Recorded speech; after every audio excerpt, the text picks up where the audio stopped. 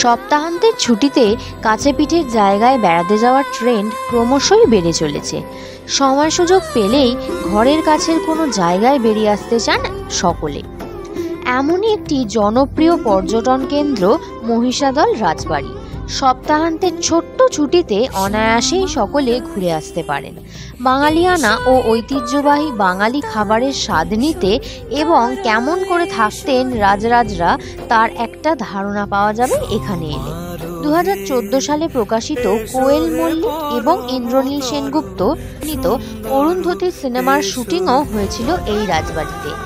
আর এহেন ঐতিহ্যবাহী রাজবাড়িতে রাত্রিযাপন কিভাবে করবেন, থাকা খাওয়ার খরচ এখানে আসবেনই বা কিভাবে, এই রাজবাড়ির ইতিহাস ইত্যাদি সমস্ত কিছুই থাকবে আমাদের আজকের এই ভিডিওটিতে। তাহলে একদম স্কিপ না করে চলুন শুরু করি ভিডিওটা।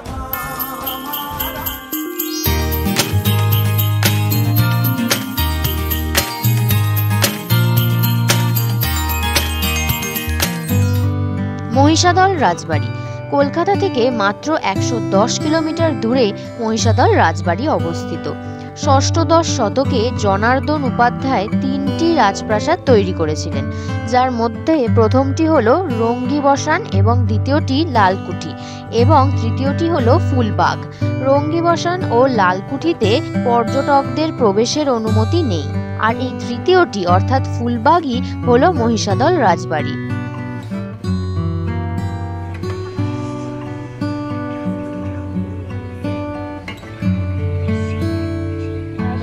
চলে এসেছি মহিষাদল রাজবাড়িতে, চলুন দেখা যাক।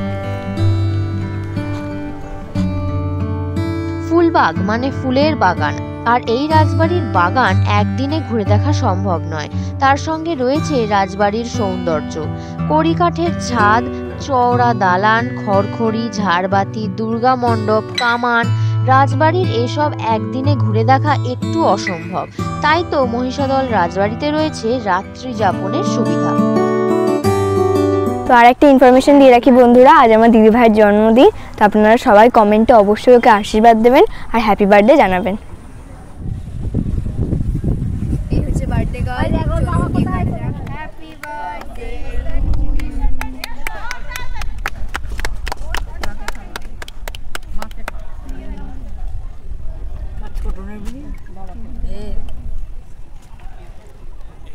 ছবি তুলেছি, ভিডিও করেছি।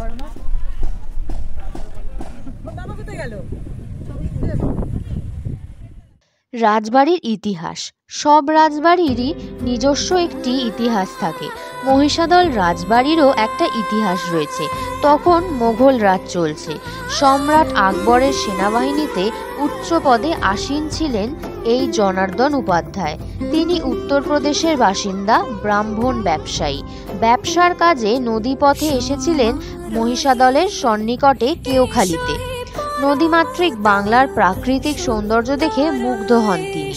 তৎকালীন রাজা ছিলেন রাজা কল্যাণ রায় চৌধুরী। তার কাছ থেকে মহিষাদলের রাজত্ব কিনে নেন তিনি, আর এখান থেকেই শুরু হয় মহিষাদল রাজ পরিবারের। চলুন এবার ভেতরটা একটু ঘুরে দেখা যাক। সিঁড়ি দিয়ে উঠেই দরজা দিয়ে ঢোকার মুখে এই বিশাল পালকিটা চোখে পড়বে। পরিবারের জাদুঘরের সামনেই রাখা রয়েছে এই বিশাল দুটি কামান এবং এই পালকিটি। মহিষাদল রাজবাড়িতে বেড়াতে আসা প্রতিটা মানুষ যাতে এই প্রাসাদের ইতিহাস জানতে পারেন তারও ব্যবস্থা রয়েছে এখানে। রাজবাড়ির দেওয়ালে দেওয়ালে টাঙানো রয়েছে রাজবংশের ইতিহাস।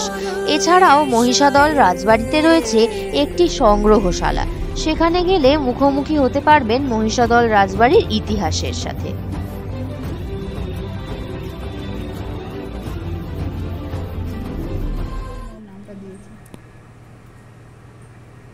কামানটার উপর সাজিয়েছে রে।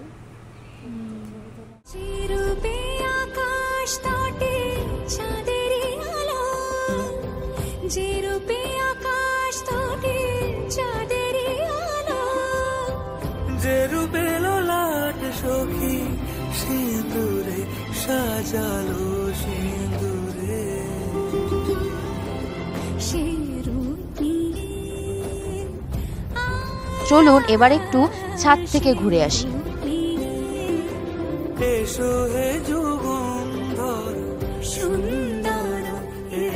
ছাদ থেকে নিচে তাকালে দারুণ এক প্রাকৃতিক শোভা আপনারা উপভোগ করতে পারবেন। সম্পূর্ণ মহিষাদলের 360 ভিউ আপনারা ছাদ থেকেই পেয়ে যাবেন।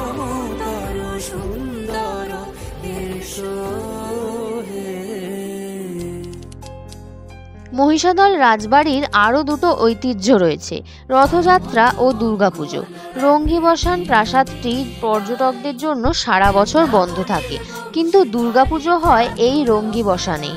তখন অতিথিদের প্রবেশের অনুমতি মেলে এখানে। আর মহিষাদল রাজবাড়ির রথ দেখতে হলে রথযাত্রার সময় যেতে হবে সেখানে। এছাড়া বছরের যে কোনো সময় চলে যেতে পারেন মহিষাদল রাজবাড়িতে। কি রয়েছে এই ফুলবাগ প্রাসাদে? এমনিতেই প্রাসাদ, তার একটা আলাদা অভিজাত্য রয়েছে। চওড়া দালান, কড়িকাঠের সিলিং, কারুকার্য করার দরজা জানলা, তাতে আবার সেই পুরনো দিনের খড়খড়ি দেওয়া জানলা।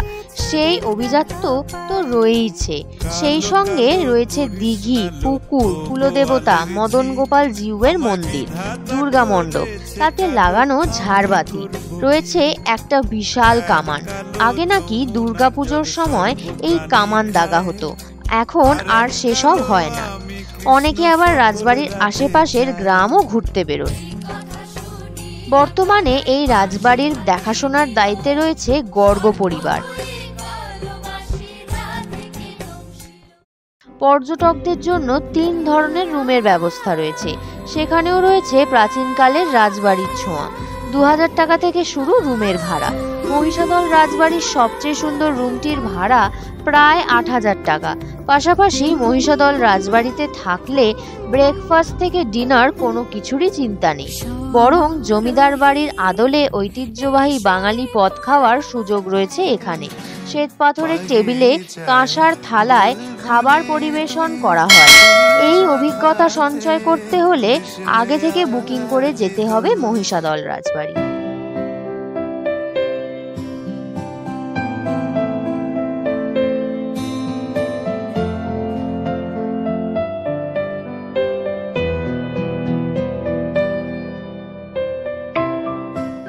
কিভাবে বুকিং করবেন? বন্ধুরা, এই ঘরটির নাম হলো কল্যাণী। এটি ভাড়া প্রায় 7000 টাকার মতো। এছাড়াও বিভিন্ন রেটের রুম আপনারা পেয়ে যাবেন। এই লিঙ্কে ক্লিক করলে সমস্ত ডেসক্রিপশন, রুম রেট পাওয়া যাবে। কিভাবে যাবেন? কলকাতা থেকে মহিষাদল রাজবাড়ি যাওয়ার পথ খুবই সোজা। কলকাতা থেকে দূরত্ব 110 কিলোমিটার। গাড়িতে ঘন্টা 2 সময় লাগে। কলকাতা থেকে আসতে হবে বম্বে রোড ধরে।